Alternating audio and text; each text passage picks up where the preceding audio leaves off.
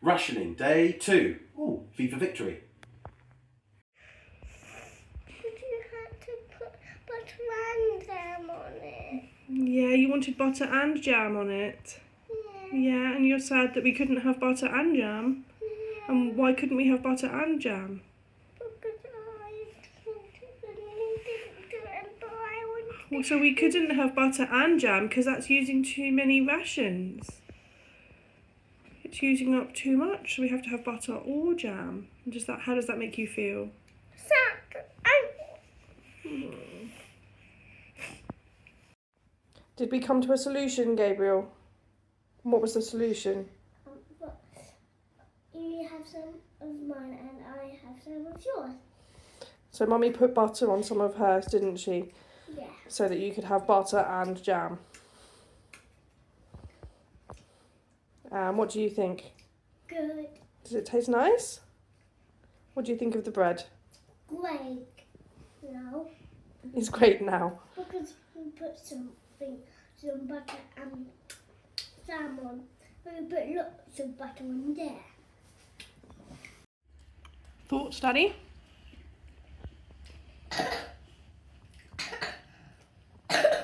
Yeah, it's nice.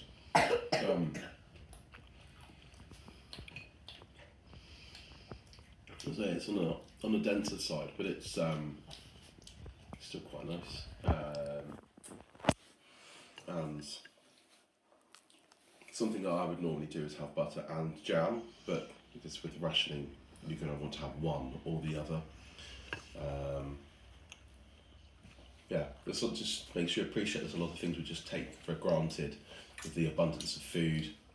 You can just get some more, or just have whatever you want, but yeah, they're having to be really thoughtful about what and how much and where you use it. Yeah, it's very nice.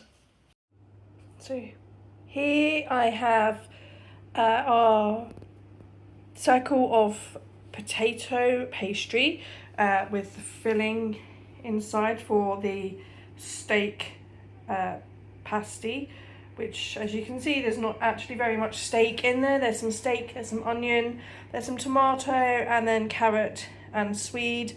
It's flavoured then with Worcestershire sauce. And then I'm going to put some water around the edge and shut it. And that will give us pasties that look like this. Then we are going to bake those in the oven for about 30 minutes. We will see what they look like when they're done. Dinner day 2, we have the Lord Wootton pie, who was the Minister of Food during World War II, and he developed this pie. So I made all the filling earlier. That's all various vegetables: carrots, swede, cabbage, broccoli, onions, things like that in there. With some parsley, and then more of our potato pastry, and we're going to have that with yet more potatoes. So I'm going to pop this in the oven and bake. Yeah. Right, what do you think? What does it look like? What do you reckon, Gabriel? Yummy. You think it looks yummy? I can't wait. You can't wait. Do you want to try some then? Go on. Yeah, just make sure that it's not too hot before you put it in your mouth, I okay? think Martin needs to cut that potato. No, we don't. I'm Gabriel over the table. Because that might happen. Lean over the table with it, because you don't want it to go on the floor. Good boy.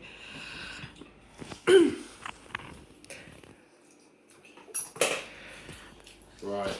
I mean, let's see what you guys think first. Is that okay? Let's have a bit of the filling.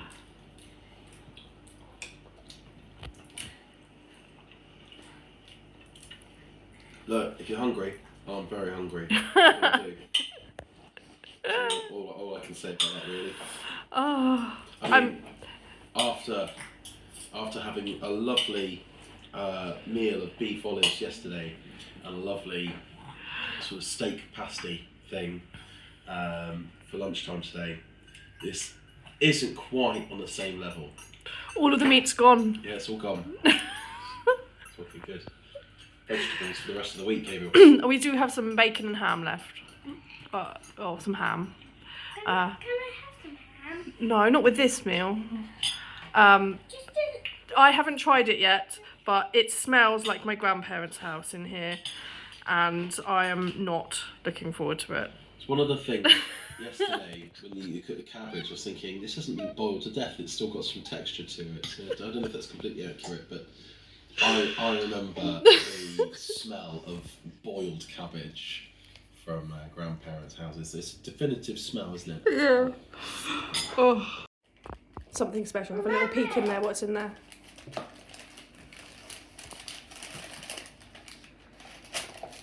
What is it? sweetie. So, Gabriel, those sweeties, that is the amount of sweeties that you are allowed for the entire week. Do you understand? That means if you eat them all now, then that means you don't get any sweeties later in the week. So you have to choose what you're going to do, okay? So they taste nice. So should we take some out and save some for another day? One. There's one. This one. This one. This one. And this one. Boy, Gabriel. Good boy, I'm so proud of you. 2, 3, 4, 5. Good job, well done. Okay, we've finished day 2 of rationing, and I don't know how Stephen is feeling, but I'm feeling a little bit fed up and I'm already sick of potato. What about you? I've got Irish blood, so I'm alright. So you've got a little bit of a cold, which doesn't help. I think Lois has spoilt us with the beef olives yesterday. That was amazing. I would quite happily book that again and again and again. This morning, what did we have for breakfast? We had It was the toast. national loaf toasted with ham And and some butter for Gabriel. there's a phrase in, or an extract from Lord of the Rings, where Bilbo Baggins says, "I feel like not enough butter spread across too much toast," and that really hit home today. This taskmaster here was severely limiting the amount. I was like, whoa, that's too much jam, that's too much butter. Screw it. So yeah, again, it's that that feeling of finite supplies and resources. But yeah, the bread was nice, a little bit dense. You said about with the national loaf, you were encouraged to have it the next day. Mm. Yeah, I found it very, very dry, toasted the next day though. You definitely wanted a thicker layer of butter to Yeah. I don't know, maybe we'll have to have a go again, because it was a rocky start and it needed a little bit more yeast, so maybe it'd be a bit different. I hope someone actually knew what they were doing. The baking, a professional baker. But it was a good effort. And lunch was quite nice as well, because we had the pasties, the steak and vegetable pasties. So a little bit different, because there was no kind of real gravy or sauce in there. And again, the wholemeal flour was quite dense. I think for you, don't know, with pastries, it's something like sort of puff pastries, or rough puff, isn't it? We're used to. So that kind of thicker pastry, I mean, it does the job in kind of filling you up. That being said, I am still hungry. And I had seconds of this dinner tonight, which 3 of us were really unhappy, I think, with today's dinner. I did not enjoy that at all. It was awful. I don't know if it's partly because we'd already had like the same potato pastry at lunchtime, or I did not enjoy it at all. It was not good. You seemed really bothered, or really didn't like it. Gabriel said that it looked amazing and it smelled delicious, and he just started pushing things around the plate, and then it turns out actually I don't like it. Hard to tell with Elspeth because she gets in a funny mood. She'll just start launching the food anyway. So, but I mean, I didn't care because I was just so hungry, so I just ate. I was just bulking out on the pastry and the potatoes, trying to keep me going. So I'm used to a lot more food than I'm getting. But yeah, it's quite eye-opening, really, the thought process.